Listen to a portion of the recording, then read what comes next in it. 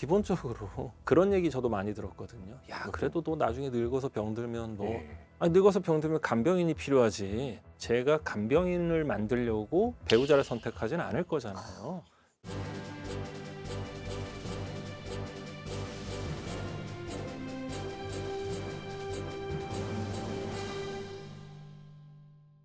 안녕하십니까. 아나운서 김준상입니다. 오늘 10분 토론에서는 사상 처음으로 1000만을 돌파한 1인 가구에 대한 이야기 해보려고 하는데요. 바로 토론 시작하겠습니다. 네, 안녕하세요. 정신건강학과 전문의 양재진입니다. 반갑습니다. 네, 안녕하세요. 작가 곽정은입니다. 혹시 두 분은 1인 가구이시죠? 네. 네, 혼자 산 지 몇 년 차세요, 그러면? 한 20몇 년 됐죠. 97년도부터 혼자 살았으니까 와, 네, 한 28년? 저는 거의 한 19년 정도 된 것 같아요. 중간에 한 1년 정도 전 결혼했었으니까 네. 그 딱 1년을 빼놓으면은 거의 20년 채워져 가는 것 같아요. 그러면 오늘 얘기할 이 통계에 두 분도 그 포함이 되어 있는 분들이신데. 네. 저 앞에서부터 쭉 포함이 돼 있다. 그렇죠. 늘 카운트 되던 사람. 카운트 되던 그 사람들인데 작년 2024년 말 기준으로 1인 가구가 1000만을 돌파했습니다. 두 분은 혹시 어떻게 보셨어요? 첫 번째는 오래 살아서 그래요. 평균 수명이 늘어난 게 굉장히 영향이 커요. 그래요? 그러니까 1인 가구의 그 세대별 그 퍼센트를 보면은 20, 30대보다 더 많은 게 70대, 80대거든요. 그러니까 평균 수명이 늘어나면서 사별 이후에 혼자 사시는 분들이 생각보다 굉장히 많습니다. 노인 가구에서 1인 가구가 굉장히 많고요. 남성의 평균 수명이 짧다 보니까 사별 이후에 혼자 계시는 여성분들이 많다는 거.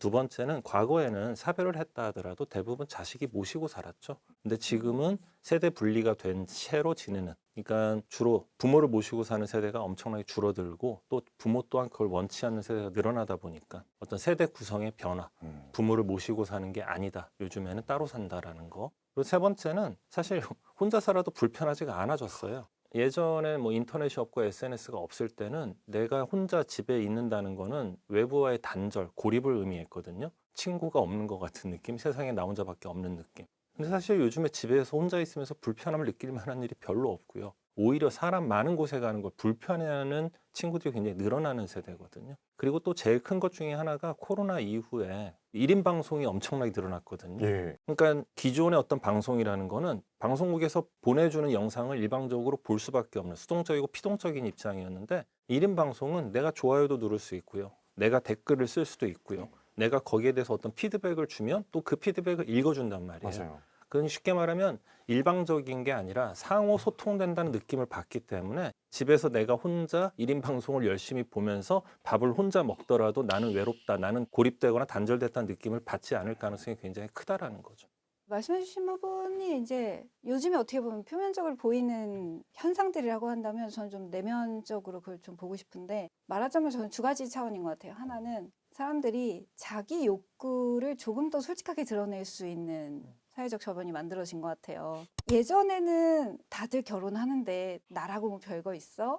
결혼해야지, 뭐 이 나이가 되면 이렇게 해야지라는 어떤 그 집단주의적인 그냥 하다가 이렇게 끌려갔다면은 지금은 정말 세대가 많이 바뀌었잖아요. 그래서 어른들이 뭘 이게 한다거나 내 친구들이 뭘 한다거나 이런 것들에 쉽게 끌려가지 않는 오히려 지금 내 또래 다른 세상 사람들은 뭘 하지 이런 것들에 얼마든지 이제 관심을 가질 수 있는 세대가 되었으니까요. 내가 진짜 뭘 원하지? 뭐가 싫지? 이런 자기 욕구에 훨씬 더 이제 기민하게 대응을 할 수 있게 된 것 같고 두 번째는 욕구뿐만 아니라 생존의 문제가 좀 달라진 것 같아요. 예전에는 남자는 여자와 함께 가정을 꾸려서 부양을 하고 그래서 가장이 되고 이런 부분이 당연히 남자로서 해야 되는 책무같이 여겨졌고 네. 또 여자는 뭐 어떻게든 결혼을 일찍 해서 아이를 낳고 출산하고 양육해서 가부장제에 속하는 것이 생존의 문제와 연결이 되었는데 지금은 내가 어떤 한 가족을 책임진다는 것에 대해서 많이 부담감을 느끼고요. 맞아요. 아이에 대해서도 여자들만 그런 부담을 느끼는 것이 아니라 이제 남성들도 이렇게 교육비가 높고 주택값이 높은 상황에 과연 내가 가장이 되는 것이 이게 맞냐 이런 생각들을 하니까 당연히 젊은 친구들은 결혼 뭐 굳이 이렇게 되는 것 같아요. 이제 사회적으로 바라보는 시선이 좀 변해야 된다라는 게 기본적으로 우리는 지금까지 나한테 익숙한 게 옳다라고 믿어요. 일반적인 거하고 정상, 비정상은 되게 다른 말이에요. 근데 우리는 일반적이고 관례적인 거를 정상이라고 생각하는 그런 착각들을 많이 하거든요. 그래서 일반적이다는 것에서 조금만 벗어나도록 되게 색안경을 끼고 바라보고 되게 잘못된 편견을 가지고 바라보는데, 시대의 변화에 따라서 이제는 달라지는 것뿐이지 이게 무슨 잘못된 문제인 것처럼 이거 어떻게 해야 되나요? 뭐 대책을 마련해야 됩니다라고까지 얘기할 필요는 없지 않나. 뭐 일례로 조선시대 때 양반 집안은 부모가 돌아가시면 무덤 옆에서 3년 동안 상을 지냈대잖아요. 그렇죠. 요즘에 그런 사람 어디 있어요? 옛날엔 5일장 하던 거 3일장, 요즘에는 밤새는 것도 거의 없어지고, 심지어 뭐 요즘엔 정말 간소하고 간략하게 하고, 뭐 이런 시대의 변화에 익숙하게 그냥 우리가 받아들이면 되는 거고, 나하고 되게 익숙하지 않지만 이제는 변화하는구나. 1인 가구 좋아, 2인 가구 좋아, 3인 가구 좋아, 4인 가구도 좋아. 이런 식으로 받아들였으면 좋겠다라는 거죠. 언제까지 4인 가족이 손잡고 걸어가는 그런 환상만을 꿈꾸며 살아가야 되나라는 생각을 계속합니다. 근데 통계를 저는 자세히 들여다보니까 가장 두드러진 변화 중에 하나가 30대에서 1인 가구의 비율이 정말 많이 늘어났어요. 특히 지난 5년 사이에. 두 분은 왜 그렇다고 생각하십니까? 일단 30대에서 통계적으로 이제 1인 가구가 늘어난 이유가 정확하게 얘기하면은, 일단 첫 번째는 초혼의 연령이 늦어졌어요. 맞아요. 네, 옛날에는 20대면 결혼을 했는데 지금은 초혼 연령이 여자건 남자건 다 30대가 넘어갔기 때문에. 그렇죠. 그리고 두 번째는 과거에 비해서 독립률이 올라갔죠. 그러니까 예전 같으면 결혼과 함께 우리는 분가였는데, 이제는 결혼 이전에 독립을 해서 혼자 살면서 경제활동을 하는 인구가 늘어났다라는 거거든요. 맞아요. 그리고 이 두 가지 더하기로 하나 더 하자면은, 사실은 결혼에 대한 욕구가 있음에도 불구하고 현실적인 생존의 문제 때문에 결혼을 못 하고 있는 사람도 분명히 있겠죠. 집값이 너무 비싸다부터 시작해서 주거 비용 너무 비싸고, 기본적인 물가 너무 비싸고, 아이를 임신, 출산, 육아에 드는 비용이 너무 비싸고, 뭐 등등등. 뭐 이런 이유 때문에 30대에서 1인 가구 비율이 확 올라간 건 아닌가 싶어요. 만혼도 이유일 것 같고, 또 주택이나 뭐 양육에 대한, 어차피 아이를 낳아서 바로 기를 수 없는 상황이다라고 판단된다면 결혼을 할 이유가 없잖아요. 그러니까 딩크족도 있긴 하지만 아이를 낳을 것에 대한 고려를 하기 어려운 상황이면 그냥 더 자유를 즐기고 연애만 하는 쪽으로 또 될 것 같고, 솔직히 연애하는 인구조차 지금은 많지가 않잖아요. 맞아요. 예. 저는 그래서 이렇게 결국 늦게 하지. 근데 결혼을 안 해도 되지. 못 하기도 하지. 근데 그 전에 연애를 하는 사람은 그럼 있어? 라는 거를 이제 뭐 저도 이쪽 조언을 많이 했던 사람으로서 생각해 보면, 우리가 대화하는 방법은 알아? 라는 조금 더 이제 실질적인 고민까지 하게 되는 것 같아요. 그 심리가 뭘까요? 연애 칼럼니스트로 또 활동을 하셨었잖아요. 특히 2030 세대들 보면은 연애도 안 하는 사람들이 되게 많거든요. 뭐 딱히 심리라고 할 네. 것까지도 아닌 것 같아요. 다만 예전에는 누군가를 만나야만 내가 완전해진다라는 생각, 함께 있어야 된다라는 것에 대한 생각들이 조금 더 유연했다면, 지금은 내가 왜? 라는 좀 더 본질적인 질문들을 더 많이 하고 있다 할까요? 그래서 사람을 고르는데도 되게 까다롭고, 또 만나는 것이 좀 더 수월해졌잖아요. 뭐 데이팅 어플이라든가 또 그러니까요. 온라인이라든가 이런 것들이 수월해졌는데 오히려. 쉽게 만나니까 굳이 이 사람과 좀 문제가 있거나 어려울 때 이 사람을 인내하고 내가 조금 더 내어주고 이렇게 하기보다는 이 사람 끝, 다른 사람 이렇게 하다 보면 당연히 결혼까지 가는 것도 어렵지 않았을까요? 그래서 여러 가지 이유가 있는 것 같아요. 이렇게 만날 사람들이 많고 만남 자체가 쉬운데 굳이 내가 이 사람과 평생을 가는 약속을 한 게 맞나? 라는 이제 옵션 중에 하나가 된 거죠. 이것도 하나의 변화인데요. 우리가 이제 이 연애를 바라보는 관점도 많이 바꿔야 되는데, 연애라는 어떤 하나의 과정을 봤을 때 연애의 결론은 결혼이 아니에요. 연애의 결론은 결혼할 수도 있고요, 계속 연애만 할 수도 있고요, 헤어질 수도 있어요. 셋 다 잘못된 결론은 없어요. 근데 우리는 마치 결혼을 해야만 이 연애가 성공했다고 생각을 하고, 연애를 계속하면 너네 둘이 무슨 문제 있어? 왜 결혼 안 해? 연애하다 헤어지면 이 연애 실패한 연애야라는 식으로 자꾸 인생의 정답이 있다고 착각하는 거와 똑같이, 연애의 정답은 결혼이라고 생각을 하니까 어차피 결혼 안 할 건데 연애해서 뭐해? 어차피 헤어질 건데 만남 뭐해? 시간 낭비야라고 생각하는 분들 또한 많다라는 거죠. 그러니까 연애는 연애 자체로 즐길 수 있어야 되는데, 그게 아니라 연애 정답은 결혼이야라고 잘못된 생각을 가지고 있기 때문에 결혼하기가 쉽지 않은 상황이고, 결혼에 대한 욕구가 없으니까 연애도 안 할 거야까지 가는 건 아닌가 싶은 거예요.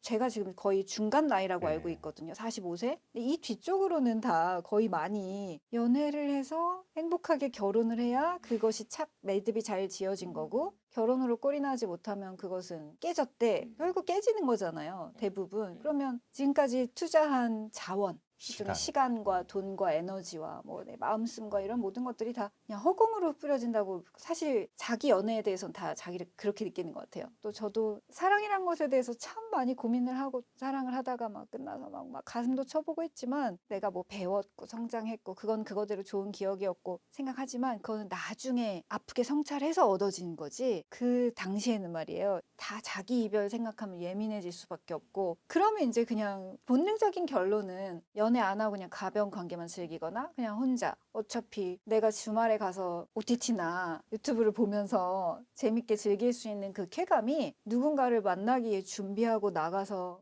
여러 가지 고민하면서 돈을 많이 써가면서 할 수 있는 그 쾌감보다 이 두 개를 비교했을 때 어느 쪽이 더 남는 장사지? 이런 계산을 안 할 수가 없는 사회인 것 같아요. 연애를 꼭 해라는 아닌데 뭐 그러면 사실은 결혼 꼭 해라하고 뭐가 달라요. 근데 사실 연애를 하는 게 반드시 인생에 도움은 될 거다라고 말씀을 드리고 싶은 거예요. 네, 왜요? 그러니까 최고의 거울 치료가 연애거든요. 그러니까 연애를 하다 보면 네. 내가 어떤 사람인지 굉장히 잘 알게 돼요. 아, 내가 이런 상황에선 이런 감정을 느끼는구나. 내가 이런 감정을 견디기 되게 힘들어 하는구나. 내가 이런 걸 못 참는구나. 연애를 하면서 헤어지고 나서 힘들어 할 때 대부분 사람들이 상대방 탓을 해요. 그러면 마음이 편하거든요. 근데 사실은 그 누구를 탓하기 이전에 나에 대해서 깨닫고 알아가는 과정이 어떻게 보면은 면벽수도 하는 것보다 훨씬 더 도움이 될 수 있거든요. 너무 공감. 강렬하죠. 진짜. 연애 기간 동안에 내가 투자만 했냐? 그렇지 않아요. 그 상대방 덕분에 상대방과 연애를 할 수 있었던 덕분에 나는 굉장히 많은 긍정적인 감정도 얻었고 극치감도 얻을 수 있고 얻은 것도 굉장히 많단 말이에요. 그러니까 많이 사랑한 만큼 헤어졌으면 많이 슬퍼하고 많이 아파해야죠. 헤어진 다음 날 반짝 웃으면서 다른 이성을 만날 정도면 딱 그만큼만 좋아한 거예요. 근데 내가 헤어지고 나서 꽤나 오랜 기간 많이 힘들어했다? 그러면 나는 이 사람을 정말 좋아했고 이 사람을 정말 사랑했구나. 감정의 깊이가 깊었기 때문에 그만큼 힘들어하는구나라고 그 정도는 본인을 돌아볼 수 있어야 되지 않나. 예전엔 그렇게 생각했던 것 같아요. 헤어지고 나서 이 3년의 기억은 다 뭐가 됐나. 막 사진 찍고 막 사진 지우고 막 이렇게 하면서 난 뭐 했나 막 이랬는데 나중에 좀 시간이 지나고 나서 돌아보니까 야, 그 사람 아니었으면 내가 그 시간에 뭐 하고 있었을까. 그냥 집에 있었겠지. 둘이 맛있는 음식도 안 먹으러 갔을 거고 그냥 나를 어떻게 보면 내적으로 굉장히 많이 고양시켜준 사람이구나 이런 걸 알았는데 저는 그래도 한 말씀 덧붙이고 싶은 건 거울은 맞는데 거울에도 품질이 있더라. 그래서 맑은 거울, 깨끗한 거울, 굴절되지 않은 거울을 만나야 될 것 같긴 하다. 그래서 좀 신중하게 만나야 되긴 한다. 근데 이런 이제 얘기를 그 하고 싶어요. 거기에 한 말씀 덧붙이자면 그 거울은 누가 선택했냐는 거죠. 내가 내 눈을 찔러야지. 다시 돌아와서 얘기를 해보면 네. 그러면 이런 1인 가구가 늘어나는 현상을 문제로 보는 시각들도 꽤 있는 것 같습니다. 그런 시각들에 대해서는 어떻게 생각하시는지요? 출생률의 관점에서는 너무 문제라고 보는 거죠. 너무 급속성장을 했기 때문에 그 과정에서 자원도 없고 국토도 좁고 그나마 뭐 분단되어 있고 이런 상황에서는 인간 한 명 한 명의 어떤 능력들이 너무 중요하게 뒷받침을 해온 사회인데 인구가 줄어들면 사실 줄어들 것이 너무 명확해진 사회잖아요. 이것만 보면 1인 가구의 증가는 내 이놈들 할 만한 이제 괘씸한 앞세대가 보기에는 이렇게 낳아놨더니 너희는 이제 대를 잇지 않느냐 뭐 이런 느낌의 맞아요. 상황이 된 거잖아요. 이 문제가 분명히 저는 좀 다른 쪽으로도 볼 수 있는 게 그러니까 결혼이 아니더라도 결혼 외의 관계에서도 아이를 낳아서 기르는 것이 자연스럽고 그것이 문제시 되지 않는 세상이 돼야 되는 필요가 이제 당도한 거죠, 우리 사회에.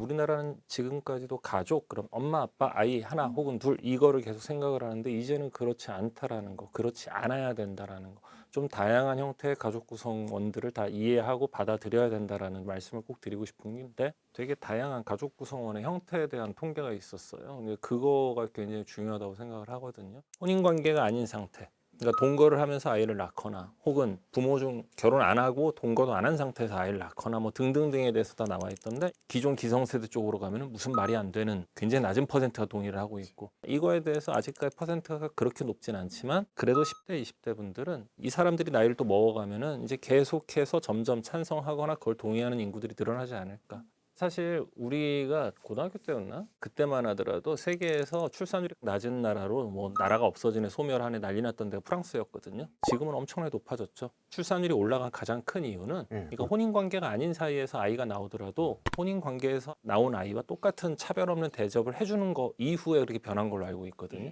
앞으로 그렇게 될 수밖에 없고 그렇게 될 거라는 게 그 통계에 나와요. 그렇게 해서 출산율 자체에 대해서 저는 생각보다 그렇게 걱정은 안 해요. 그러려고 그러면 사회적 인프라 뒷받침이 돼야 된다. 우리나라 아직까지 혼외자란 말을 쓰잖아요. 맞아요. 용어부터 좀 바꾸고 그런 상황에서 나온 아이에 대해서도 일반적인 가정에서 태어난 아이와 똑같은 형태의 혜택을 받을 수 있게 만들어줘야죠. 두 번째는 인구가 국력을 뒷받침한다라는 건 1차, 2차 산업에서 끝난 것 같아요. AI로 다 대체한다. 엄청나게 대량 해고를 할 거다. 앞으로 그렇게 될 수밖에 없고요. 왜냐하면은 그렇게 어마어마한 노동력이 이제는 필요 없는 산업 쪽으로 가고 있고 사람이 하던 것들을 다 걔네들이 대처할 가능성이 크고요. 이제는 많은 사람이 많은 생산량을 내는 게 아니라 소수의 사람이 얼마나 큰 생산량을 내느냐의 문제인 것 같아요. 맞아요. 뭐 그래서 사실은 인구가 준다, 우리나라 그래서 망한다. 저는 그렇게 생각하지 않습니다. 저는 한국을 사랑하지만 애틋하지만 한편으로는 참 안타까움도 많이 갖고 있는데 그렇기 때문에 이미 살아가고 있는 사람 대접을 어떻게 하는지에 따라 다음 세대는 아이를 낳을지 안 낳을지 결정한다고 생각해요. 그럼요. 근데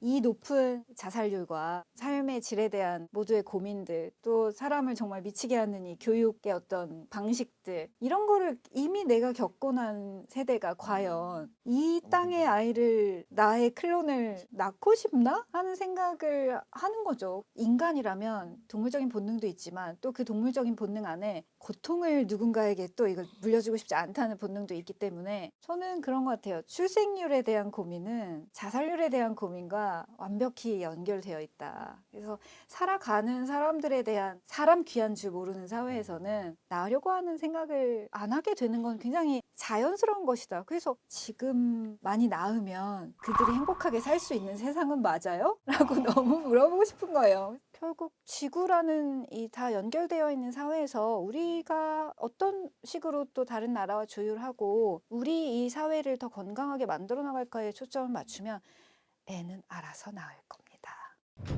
출생률 외에도 고령층 1인 가구 문제, 뭐 고독사 이런 얘기들 사회적 문제로 대두되고 있다 이런 얘기들 나오는데 두 분은 이 문제에 대해서는 좀 어떻게 생각하세요? 저는 진짜 많이 들었어요. 최근 2, 3년 동안에 이제 저는 대중 강연이나 이런 마음 수업을 진행하다 보니까 네. 여성분들 35세에서 뭐 40세 요 정도 되시는 분들이 결혼을 할까 말까 고민하다가 이제 1인 가구가 되어 가고 계신 그런 분들이 진짜로 많이 저도 약간 놀랄 정도로 나중에 혼자 죽어서 고독사할까 봐 두려워요라는 얘기가 너무 리얼하게 저한테 들려오니까 저도 갑자기 같이 이런 고민을 하신다고? 일어나지 않을지도 모를 그런 어떤 상황에 대한 공포가 많이 있는 걸 보고 좀 놀랐는데요. 저도 혼자 사는 사람으로서 저처럼 혼자 사는 사람이 좀 늦게 발견됐다 이런 거를 보면은 그냥 유쾌한 기분은 아니죠. 근데 저는 이것에 대한 답은 이미 내렸어요. 넓게 보면 말이에요. 거의 모든 사람의 미래는 고독사인 것 같아요. 1인 가구가 늘어나는 것과 상관없이 예전에 우리가 할머니, 할아버지, 뭐 고모, 삼촌이 뭐 다 대가족으로 살 때야 누군가가 한 분이 이제 아프시면 집에서도 돌아가시고 뭐 이제 뭐 서로 챙겨주고 간호하고 이랬지만 지금은 이미 저희 부모님 세대의 마지막 모습이 대부분 종합병원 아니면 요양병원 아닙니까? 그래서 어차피 혼자 죽는 거고 같이 뭐 순장을 할 수 있는 것도 그럼. 아니고 도대체 고독의 의미가 뭔가요? 적어도 내가 생각하는 삶의 마지막 길이 존엄하면 되는 것이지 저는 늦게 발견되는 건 발견하신 분께 미안해서 그렇기 때문에 조금 안쓰러운 거지 그 이후에 그 상황에 대해서는 왜 이렇게까지 많이 두려워하시는지 사실 조금 그게 더 안타까워요. 덧붙이자고 그러면은 우리나라는 또 그런 병이나 어떤 네. 상황, 상태에 대해서 또 유행이 돌아요. 한때는 분노조절장애가 엄청 유행을 했었고요. 그래서 서로 다 분노조절장애라고 하고 다녔고 사이코패스 유행할 때는 나 사페, 소페 맨날 이러고 다녔고요. 그러니까 그런 네. 것도 유행을 그다음에 하네요. ADHD ADHD도 네. 다 와서 나 자기 ADHD 같다고 하고요. 가스라이팅도 한동안 엄청나게 유행을 했고요. 그러네요. 저희 엄마가 저를 이렇게 했어요. 저를 가스라이팅하는 것 같아. 모든 부모는 다 가스라이터예요. 그러니까 똑같아요. 고독사도 한동안 이제 뭐 어쩌고저쩌고 하니까 나 혹시 그렇게 되는 거 아닌가라는 과도한 불안이 올라간 건 사실인 것 맞아요. 같고 단어가 의미를 규정한다고 고독사라고 하는 것 말 자체가 너무 웃기잖아요. 아까 작가님 말씀하셨지만 죽을 때 혼자 죽지 누구랑 같이 죽어요? 그리고 사실은 이제 죽고 나서 내 시체가 이렇게 되는 거에 대해서 그거는 죽고 나면 나는 없어지거나 내 영혼은 딴 데 간다고 여기 있을 리가 없다고. 근데 마치 내가 여전히 거기 있는 것처럼 착각하기 때문에 죽고 나서 내가 이렇게 되면 어떻게 될까? 그러니까 그런 여러 가지 것들이 자꾸 그런 것에 대한 과도한 불안을 불러일으키는 것 같은데 기본적으로 그런 얘기 저도 많이 들었거든요. 야 그래도 너 나중에 늙어서 병들면 너 예. 아니 늙어서 병들면 간병인이 필요하지. 제가 간병인을 만들려고 배우자를 선택하지는 않을 거잖아요. 그러니까 말도 안 되는 그런 과거에 좀 잘못된 고정관념을 가지고 결혼을 바라보는 분들이 아직도 계신다라는 거. 그러니까 내가 나이를 어느 정도 먹거나 건강이 안 좋아지면 요양시설에 들어가거나 아니면 요양병원에 들어가면 되는 거죠. 그때를 대비해서 누구랑 결혼해서 나 혹시 잘못된 병원 데려가야 돼 보험용으로 사람과 함께 사는 건 아니다라는 거죠. 정말 예, 너무너무 동감하고 그래서 저는 그 가족, 가정 뭐 이렇게 할 때 가짜를 쓰잖아요. 그 가짜의 의미가 진짜 한 지붕 아래 이렇게 사는 그런 사람들인데 이 가짜의 의미가 변화해야 될 때가 도래했다 이렇게 생각합니다. 그러니까 저는 앞으로도 큰일이 없는 이상 혼자 살아갈 걸 생각하면 가끔 너무 아플 때 진짜 끙끙 앓을 때가 있잖아요. 왜 몇 달에 한 번씩은. 그럴 때 내가 119에 전화할 정신도 없을 만큼 아프면 어떡하지? 그러나 내가 결혼을 해서 누가 있다고 해도 24시간 옆에 있을 것이 아니고 그럼. 그 사람도 그 사람의 일을 할 거고 맞아요. 그러니까 이런 두려움은 내가 혼자 있어서가 아니라 인간이라면 누구나 우리가 막 마을에 막 대문 다 열어놓고 사는 그런 마을이 아닌 이상 누구나 다 갖고 있는 기본 탑재된 것이다. 난 내 지붕 아래 같이 사는 사람은 없지만 저는 이제 가족의 의미를 좀 다르게 해석하고 있어요. 어떻게 냐면 가족처럼 혈연은 아니지만 혈연인 것처럼 친밀하게 서로 이제 안부를 물어봐 줄 사람이 있는가? 있으면 돼요. 근데 함께 사는 사람은 있지만 나의 사회적 관계가 다 소멸했다? 그건 진짜 문제인 거죠. 그럼요. 혈연이 아닌 나의 사회적 관계를 통해 나와 함께 생각을 공유하는 다른 어른들이 서로 성장할 수 있는 그런 커뮤니티를 각자 만든다면 그러면 진짜 좋지 않을까요? 1인 가구를 하고 있거나 1인 가구의 생각이 있으신 분들은 준비할 건 좀 있어요. 첫 번째가 혼자 노는 연습을 많이 하셔야 돼요. 그러니까 그냥 무작정 누워서 유튜브 보고 OTT 보고 뭐 이러고 앉아가지고는 그게 얼마 못 가요. 가장 좋은 게 이제 건강하게 스트레스를 해소하는 방법이라고 불리우는 취미 생활. 최소 2개 이상은 가져서 그걸 루틴하게 돌릴 수 있어야 되고요. 제일 중요한 게 수면 루틴. 정해진 시간에 일어나고 자고, 그 다음에 식사 루틴. 정해진 시간에 밥을 먹고, 그 다음에 나의 취미 생활을 일주일에 몇 번 뭐 정해진 시간에 돌리고 이 삶의 루틴이 깨져버리면 정말로 페인으로 가는 거 금방이거든요. 그리고 세 번째가 아까 작가님 말씀하신 건데 사실 피가 뭐라고 정확하게 나에게 필요한 거는 친밀한 관계를 유지하는 소수의 사람이면 돼요. 사실은 뭐 30대 정도만 되더라도 굉장히 활발한 사회활동을 해야 될 나이고 하는 나이일 텐데 그렇게 활발하게 사회활동을 하면서 에너지를 얻는 사람도 있지만 소진되는 사람이 많거든요. 그렇죠. 사실은 이게 일의 연장으로 보기 때문에 그럴 때 에너지를 좀 회복하거나 함께 뭔가를 나눌 수 있는 나의 소수의 끈끈한 패밀리 같은 그런 대인관계는 반드시 있어야 됩니다. 많이도 필요 없어요. 적으면 한두 명, 많으면 두세 명, 요 정도에서 그 대인관계는 잘 이어나가고 그런 것들의 준비가 좀 있어야 혼자 살아도 외롭지가 않고 1인 가구를 잘 영위할 수 있다고 생각을 합니다. 1인 가구들끼리 연결되는 게 중요한 것 같아요. 음. 그게 지내다 보면 있잖아요. 네.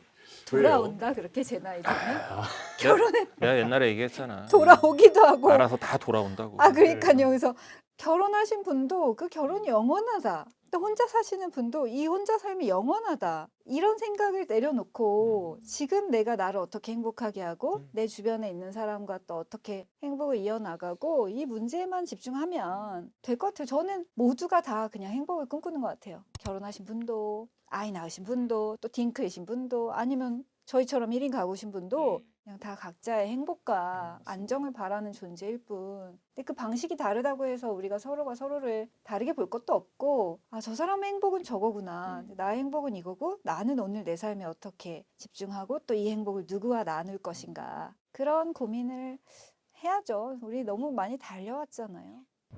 그러면 두 분은 혹시 혼자 사는 거 행복하십니까?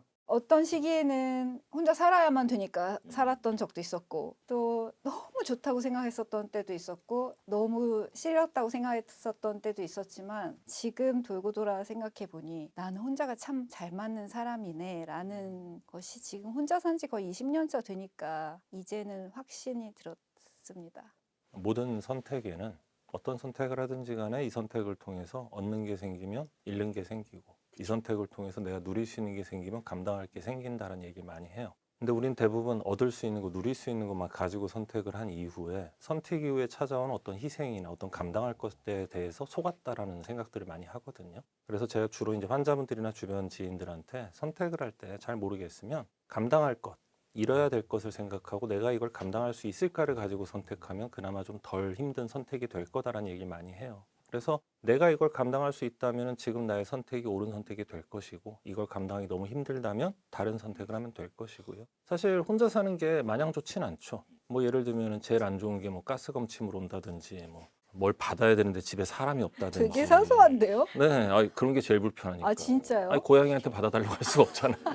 그런 것들이라든지 그다음에 어느 날 갑자기 찾아오는 약간의 적막함, 순간적인 외로움 이런 것들이 당연히 사람이니까 있죠. 하지만 누군가와 함께 살 때 또 부대끼는 게 있을 거고 불편한 게 있을 거고. 그러니까 내가 그냥 그 순간순간 선택을 하는 것이고 그 선택에 따라서 뒤따라오는 걸 내가 감당하고 사는 게 제가 볼 때는 자신한테 맞는 선택이 아닐까 생각을 해요. 자, 그럼 오늘 10분 토론의 총평 들어보도록 하겠습니다. 인생에 정답 없습니다. 이래도 좋고 저래도 좋고 일단 나의 행복이 가장 중요한 거고요. 나의 행복이 중요한 만큼 또한 다양성도 존중해주고 타인을 좀 존중해주는 삶을 사는 것 자체만으로도 우리는 충분히 행복해질 수 있지 않을까 싶습니다. 저는 그 불교를 박사 전공으로 택했던 사람으로서 붓다의 어떤 혼자에 대한 이야기를 마음에 새긴 지 꽤 됐습니다. 명상을 굉장히 강조했는데 홀로 고요히 나무 아래나 오두막에 앉아서 홀로 너 자신의 호흡을 바라봐라 이렇게 말씀하셨어요. 그러니까 결국 본질적인 지혜에 다다르려면 자기 혼자 있는 시간이 반드시 필요하다라는 거죠. 그래서 1인 가구는 2인 가구 빼기 1명이 아니라 자신의 욕구, 자신의 본질, 자신의 마음에 집중할 수 있는 굉장히 좋은 시간이다. 그리고 시스템이다. 그것이 영원히 가든 한시적으로 가든 그 상태에 대해서 축복이라 느끼고 자기 자신에게 집중했을 때 혼자서든 둘이서든 행복한 삶으로 갈 수 있을 거다 그렇게 생각합니다. 오늘 이렇게 1인 가구에 대한 이야기 심도 있게 해봤는데요. 1인 가구인 저로서도 느끼는 점이 많았던 시간이었던 것 같습니다. 저희는 다음 주에도 또 재미난 주제로 열심히 토론하도록 하겠습니다. 오늘도 시청해주셔서 고맙습니다.